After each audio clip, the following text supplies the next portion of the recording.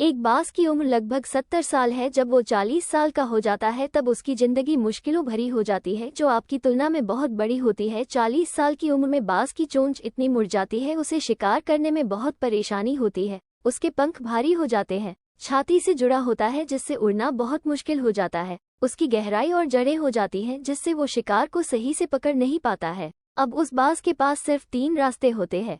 1. वो अपने शरीर त्याग सकता है। 2. गिद्ध की तरह छोड़े हुए भोजन पर निर्भर हो जाए। और 3.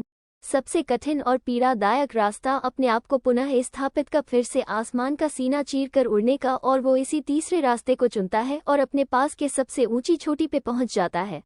वहां पर अपना घोंसला बनाता है और फिर शुरू होता है परेशानियों को जड़ से उखाड़ कर आसमान में उड़ने का सफर। वह अपनी चोंच को एक चट्टान पर मार मार कर तोड़ देता है, लहूलुहान हो जाता है और इंतजार करता है नई चोंच।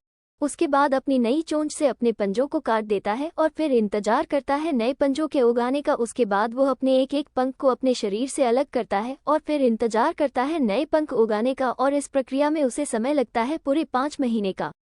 इन 5 महीनों की अगली कड़ी तपस्या से एक बाज का पुनः जन्म होता है। वो फिर से तैयार हो जाता है आकाश का सीना चीर कर उड़ने के लिए। जो 3 रास्ते बाज के पास थे वही 3 रास्ते आपके पास होते हैं, लेकिन कुछ लोग पहले रास्ते को स्वीकार करते हैं और यो के शब्द डिबेट कर सुसित कर ले।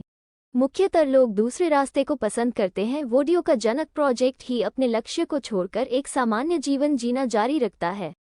और कुछ वो लोग भी होते हैं जो इस परेशानी को लात मारकर अपने मेहनत के दम पर बाज की तरह आकाश की लहरों को छूते हैं।